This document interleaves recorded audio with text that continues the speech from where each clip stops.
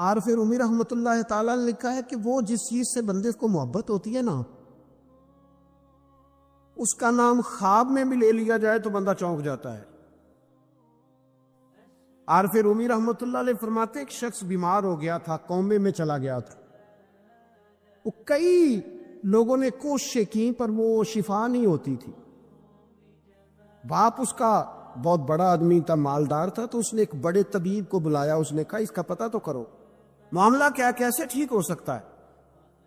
تو وہ طبیب کہنے لگا کہ یہ نہ کسی سے محبت کرتا ہے، جس سے محبت کرتا ہے اس سے بچھڑ گیا ہے، اور اس غم میں اس کیفیت میں چلا گیا، دوائیاں شوائیاں اثر نہیں کریں گی۔ تو وہ کہنے لگا اب ہمیں تو پتہ بھی کوئی نہیں کس سے اس کا پیار ہے، کس دوست کی کس محبوب کی جدائی میں یہ پریشان ہے، تو کیسے پتہ کریں۔ تو وہ طبیب سیانہ تھا، اس نے کہا یہ کون کون سے ملکوں میں جا چکا ہے۔ اس نے ملکوں کے نام لیے تو اس طبیب نے نا اس کے کان میں ان سارے ملکوں کا ذکر کیا۔ جب وہ والا ملک آیا نا تو ہلکا سا چونکا وہ، کہنے لگا اب اس ملک کے اندر جتنے شہر ہیں ان کے نام بتاؤ۔ وہ شہروں کے نام لیے تو جب وہ والا شہر آیا نا تو وہ ذرا تھوڑا سا نا اور چونکا، کچھ اس نے اب ہاتھ پیر بھی ہلانے شروع کیے، کہنے لگا اب اس شہر کے اندر جتنے محلے ہیں نا ان محلوں کے نام لو۔ اب جو ایک ایک کر کے محلے کے نام لینے لگے تو جب وہ والا محلہ آیا نا، عارف رومی کہتے وہ جب اس محلے کا نام آیا نا تو وہ پورا چونک گیا۔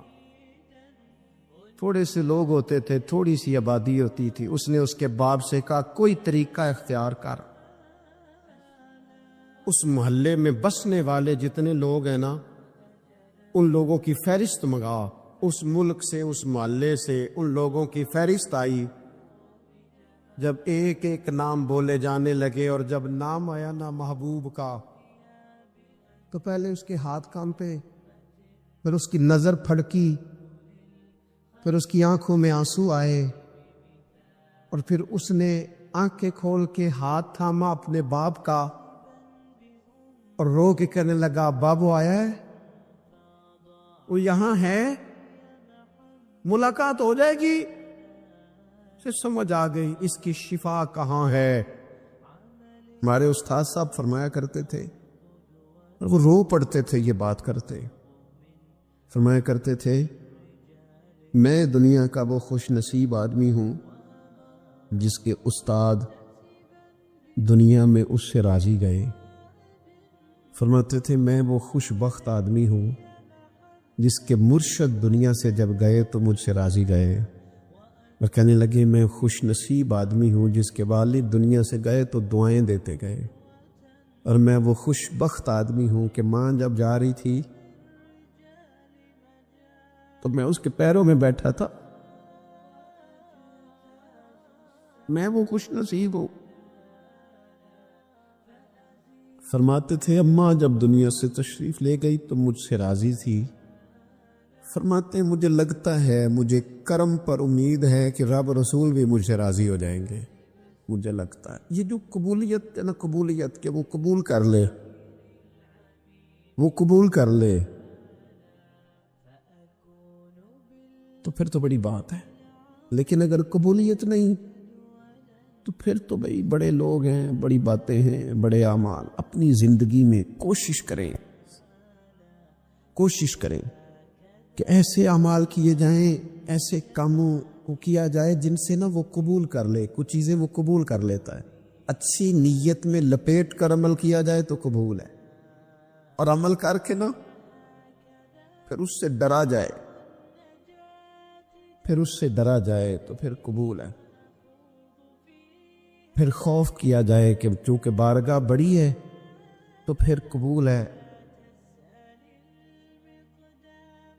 حضرت سعدی رحمۃ اللہ نے لکھا ہے کہ ایک درویش کہتا ہے کہ میں نے دیکھا کہ کعبے کا میں طواف کرنے گیا تو رات کے وقت ایک شخص پتھر پہ سر رکھ کے روتا ہے اور کہتا ہے مالک مہربانی کرنا، میں نے 40 سال تیری ڈیوٹی کی ہے، میری کو 2-4 دن کی قبول کر لینا۔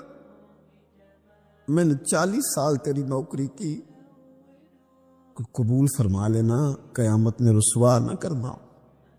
وہ شخص کہتے، بزرگ کہتے میں سمجھا کو بڑا گناہگار ہے، تو میں جا کے اسے تسلی دیتا ہوں، میں کہتا ہوں کوئی نہیں فکر نہ کر، اللہ بڑا کریم ہے، بڑا گناہگار ہے، رو رہا ہے۔ کہتے ہیں جب میں قریب گیا اور میرے قدموں کی آہٹ اس بزرگ کے کانوں تک گئی اور انہوں نے سر اٹھایا تو میں تو تڑپ گیا۔ یہ تو بغداد کے پیر غوث اعظم جیلانی ہے۔ اب ویکھو راتی ساری کر کر زاری نیند اکھاں دی توندے تے فجرے اوہی گناہگار کہاں ون سب تو نیویں ہوندے۔ کہ میں نے 40 سال کی ہے تیری ڈیوٹی، تیرے دین کی نوکری، کو 2-4 دن کی، چل زیادہ نہیں، تو اسے قبول کر لینا تاکہ بات بن جائے۔ قبولیت کا خوف، قبولیت ہو جائے تو اچھی نیتیں، اچھے ارادوں کے ساتھ نیک اعمال اور کچھ چیزوں سے بچا جائے، کچھ چیزوں سے بچا جائے تاکہ نیکیاں ضائع نہ ہو جائیں، بچا جائے۔ ایک تو اگر زبان بے قابو ہو نا، لفظ اگر آوارہ ہو، جملے اپنی مرضی کے نکلیں تو پھر نیکیاں ضائع ہو جاتی۔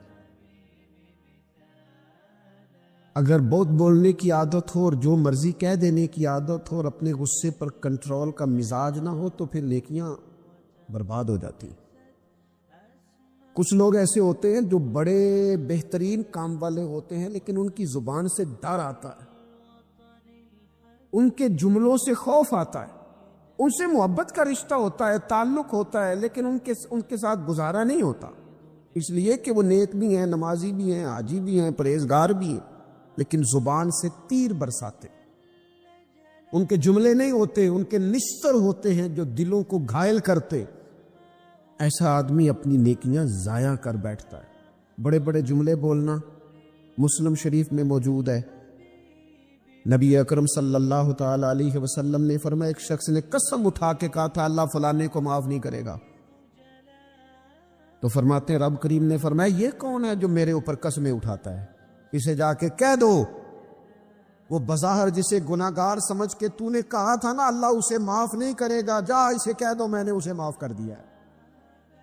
اور یہ جو تو حاجی نمازی نیک پرہیزگار بنا پھرتا تھا اور قسمیں اٹھاتا تھا رب فلانے کو معاف نہیں کرے گا، اسے کہو تیرے سارے عمل برباد کر دیے، نئے سرے سے عمل کرنا شروع کر، تیری ساری پچھلی نیکیاں ضائع کر دی۔ تو کون ہوتا ہے قسمیں اٹھا کے کہنے والا، زبان کو کنٹرول نہ رکھنے والا میرے بندوں کے بارے میں؟ اور ٹھیک ہے آپ داڑھی والے ہیں، ٹھیک ہے آپ پگڑی والے ہیں، ٹھیک ہے آپ مسواک کرتے ہیں، ٹھیک ہے آپ نماز پڑھتے ہیں، لیکن علم پڑھے دا مان نہ کریے مت آکھی میں پڑھیا، او تے جبار کہار کہاوے متے روڑ دیوی دودھ کڑیا۔ آپ نیک ہے تو اس کا مطلب ہے آپ کو جس کو مرضی گناہگاری کا آپ سرٹیفکیٹ جاری کرتے پھریں گے؟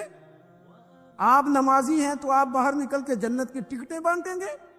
آپ سخی ہیں تو آپ کہتے پھریں گے فلانا دیتا کچھ نہیں، فلانا بانٹتا کچھ نہیں؟ کس نے اختیار دیا؟ اللہ کے بندوں پر جرت کا اختیار کس نے دیا؟ او جی فلانا اگر بخشا گیا تو میں بھی بخشا جاؤں گا، یہ بات کرنے کی اجازت کس نے دی؟ فلاں قوم اگر جنت میں چلی گئی تو پھر ہم نہیں روکے جائیں گے؟ اتنی بڑی جرت، اتنی بڑی بات!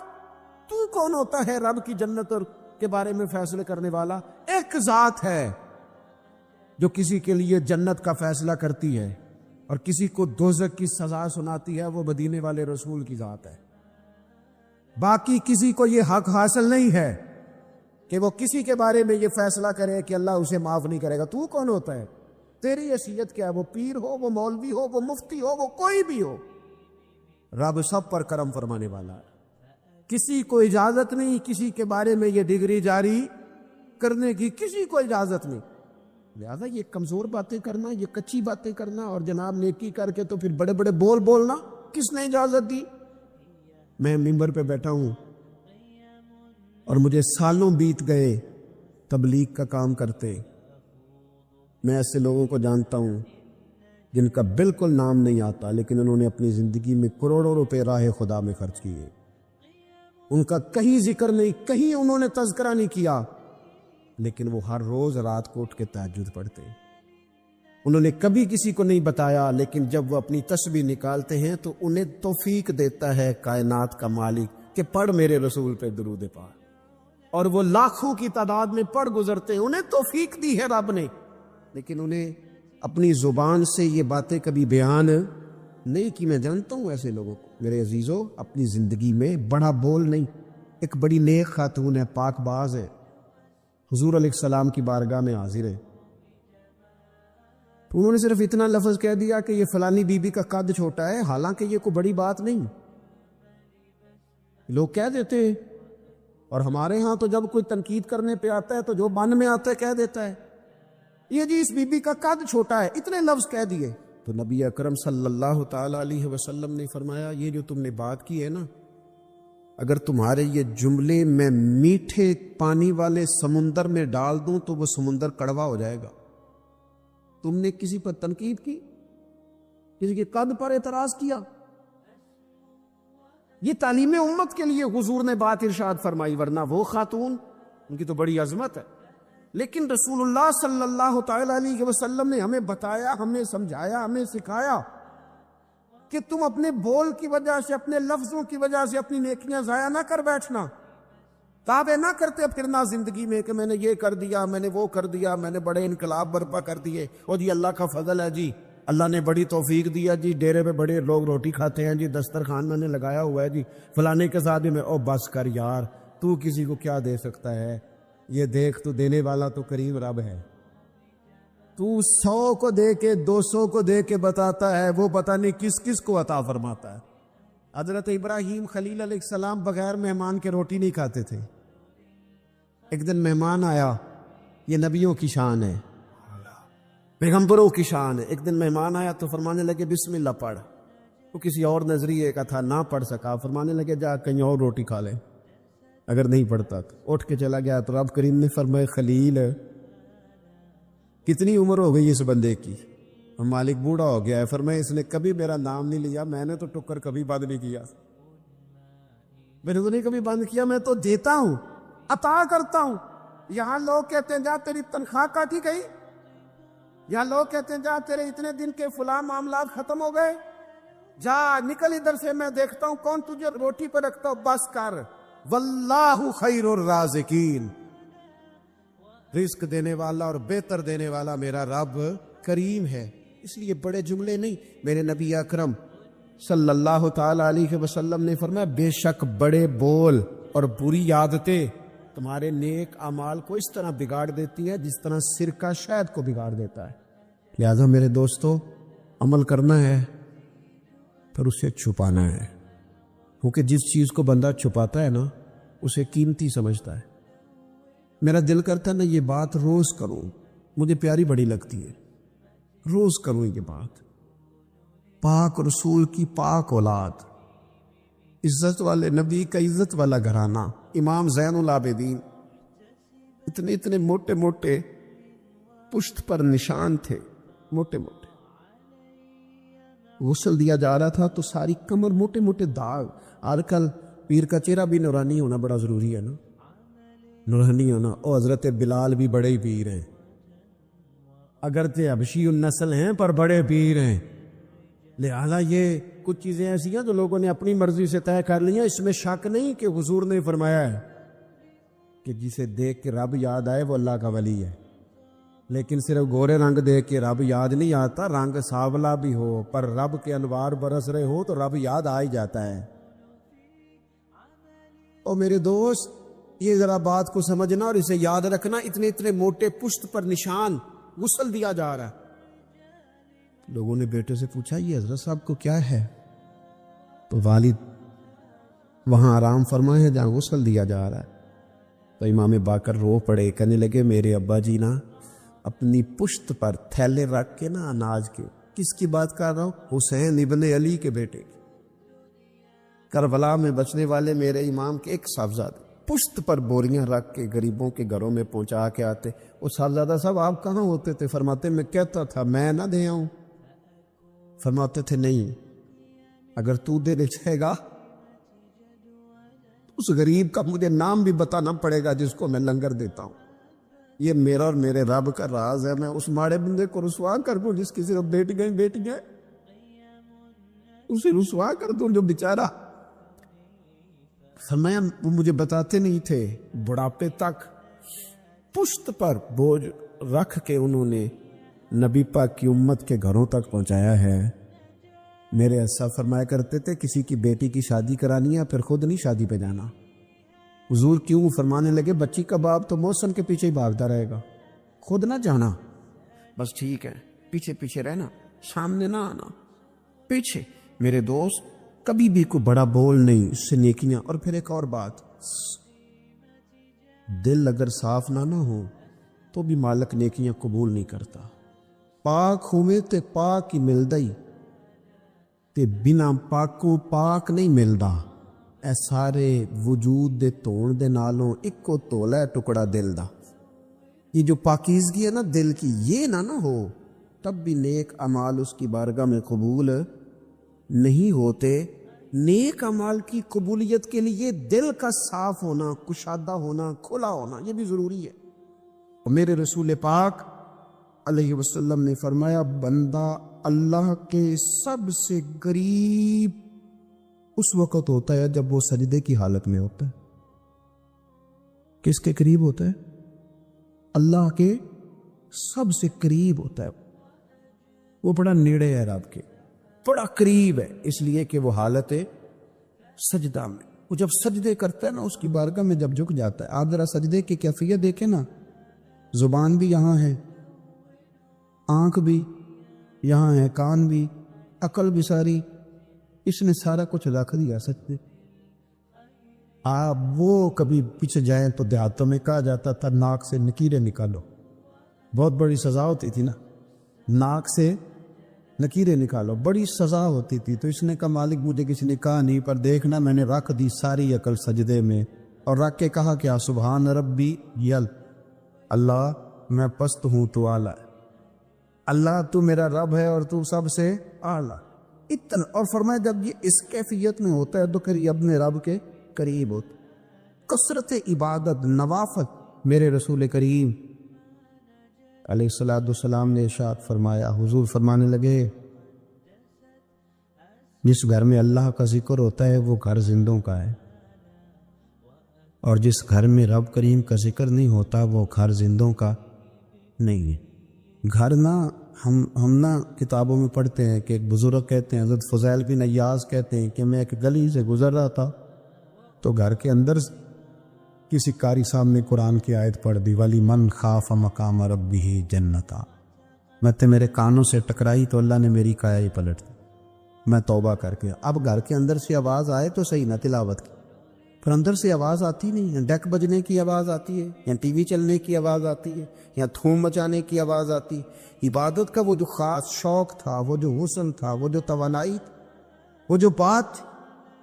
ایک جگہ پہ ہم بیٹھے تھے تو وہاں ایک صاحب آئے اور انہوں نے آتے ہی کہا کہ مہربانی کریں ذرا مجھے مصلی دے دیں، میرے نہ کچھ نفل رہ گئے. تو میں نے وضو کر لیا تو کوئی مصلی مل جائے. مصلی انہیں دے دیا گیا، وہ مصلی لے کے چلے گئے. تو پیچھے ایک صاحب نے تبصرہ کیا، کہنے نے کتنا ریاکار بندہ ہے، لوگوں کو دکھا رہا ہے کہ میں نفل پڑھتا ہوں، ہے کوئی بات کرنے والی. میں نے اسے کہا، میں نے کہا تو مہربانی کرنا، اس طرح کی ریاکاری تو بھی کر، پکڑ مصلی اور جا تو بھی تھوڑی ریاکاری کر کے آ، اٹھ ذرا شکر کر، کوئی یہ ریاکار بھی ملا ہے، کوئی نفل پڑھ کے ریاکاری کر رہا ہے. اللہ کا میں کہتا ہوں کو پڑھے تو صحیح میں یار، یہ کوئی دور ہے نفل پڑھنے کا؟ اس میں تو لوگوں کا مزاج ہی نہیں، طبیعت ہی نہیں. میں نے کہا چل مہربانی کر، یہ لے مصلی اور تو بھی جا تھوڑی سی، یا کر یا ریاکاری کرو تو صحیح نا. مزاج ہی نہیں، ذوق. جمعے کی نماز پڑھ کے یوں دنیا بھاگتی ہے، او ہو پتہ نہیں کون سی پیچھے آگ تھی جو بجھائی جائے گی. اور آج تک لوگ مسئلہ پوچھ رہے ہیں کہ جمعے کی بعد والی سنتیں کتنی ہوتی ہیں. میں نے کہا کتنے سال ہو گئے جمعہ پڑھتے، کتنے سال ہو گئے، ابھی تک سنتوں کا نہیں پتہ، ابھی تک نہیں علم کے پہلے کتنی رکھتے ہیں اور بعد میں کتنی رکھتے ہیں. فجر کی سنتیں کب پڑھنی چاہیے؟ سنو فجر کی سنتوں کے بارے. میرے رسول کریم سید عالم صلی اللہ تعالی علیہ وسلم سے ایک صحابی نے پوچھا تھا، حضور میری فجر کی سنتیں رہ گئیں یا رہ جاتی ہیں تو حکم کیا ہے؟ کیا انداز ہے حضور کا؟ بخاری مسلم کے لفظ سنو، حضور سید عالم صلی اللہ علیہ وسلم فرمانے لگے، اس نے کیا پوچھا تھا، حضور جواب کیا دیتے ہیں؟ فرمایا فجر کی سنتیں کبھی نہ چھوڑنا، فجر کی پہلی 2 سنتیں کبھی نہ چھوڑنا۔ یا رسول اللہ صلی اللہ تعالیٰ علیہ وسلم میری رہ گئی ہیں، رہ جاتی ہیں۔ فرمایا فجر کی 2 سنتیں نہ چھوڑنا۔ فرمایا فجر کی پہلی 2 سنتیں مجھے دنیا اور دنیا کے اندر جو کچھ ہے وہ سب سے زیادہ پیاری ہے۔ فجر کی 2 سنتیں دنیا اور دنیا میں جو کچھ ہیں مجھے وہ سب سے زیادہ پیاری ہیں، اس لیے فجر کی سنتیں نہ چھوڑ کے نبی پاک علیہ السلام نے